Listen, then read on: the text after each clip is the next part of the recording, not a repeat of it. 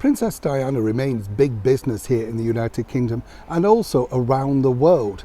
But now here's your opportunity to sort of, shall we say, include yourself in very much a part of royal history. Let me explain. Hi, good morning, Neil Sean here in the very heart of London. Nice to have your company today. By the way, I think I found the perfect job for you and me. Yes, that's right. Our gracious monarch, Her Majesty the Queen, is looking for a brand new assistant of communications. And this particular job, I think you'll find this fascinating, in fact, does include that you have to go through all the daily papers. Can you imagine? And then sort of inform senior officials, and then rightly so, our gracious monarch, about the stories that she or you believe really are important for her to be across. I don't know about you, but you'd be really struggling, wouldn't you, going through the papers right now to think, now which particular stories could I suggest to our monarch that she should really totally be across? I think given all the exposure with the two books that we've told you about right now, about royals, I think really there's not much room left. Perhaps, you know, the Sudoku thing and a crossword maybe. Who knows? It's a bit of a tough job, isn't it, to find a way of conveying the right messages. It's a nicely paid job, and you're based out at Windsor Castle. Nothing to be sniffed at, you might say. Look it up if you fancy it. Back as ever, though, to your Breaking Royal story of the day. This story really is fascinating in itself because way back in 1980-81, this was the epicenter of the media world. We're talking about that now infamous flat, the Edwardian block in South Kensington, Coleherne Court, where Lady Diana Spencer resided when she was working as a nanny.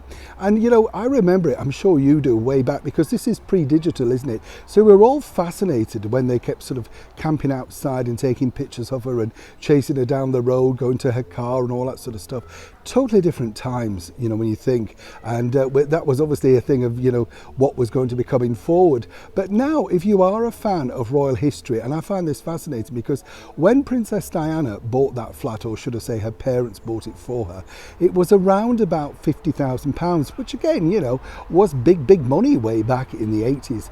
Now a similar flat in the very same building, not exactly the same flat, but a similar one on the same floor, get this, is over 3 million. 3-bedroom flat, Edwardian block, use of pool and concierge service.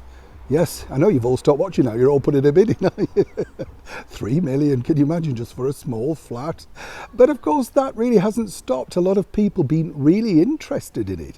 That's because, you know, when you think about it, it is the royal history, it's part of history. There is a plaque there now, and I've been past it obviously many times, filmed outside it many times, and you know, when you think about these things, I'm sure you're the same.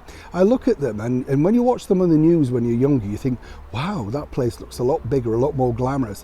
When you get there, they're kind of tiny and just a normal flat, you know, normal building on the side of a street. But of course this one, as so many associations with monarchy does, do remain part of royal history. We took you a while back, do you remember, to look at the flat where Wallis Simpson lived, just off Marble Arch Edgware Road. And you know, again, I was kind of thinking, is this it? But then you have to picture yourself back all those years to think how more glamorous would it have been in that particular era. If you fancy a slice of Diana's history, check it out online. But as I say, viewings are by appointment only. And what they mean by that is this: you have to prove that you have at least £1 million as a down payment before they decide to take you round the flat. Don't you just love having money? Of course you do. Neil Sean in the very heart of London.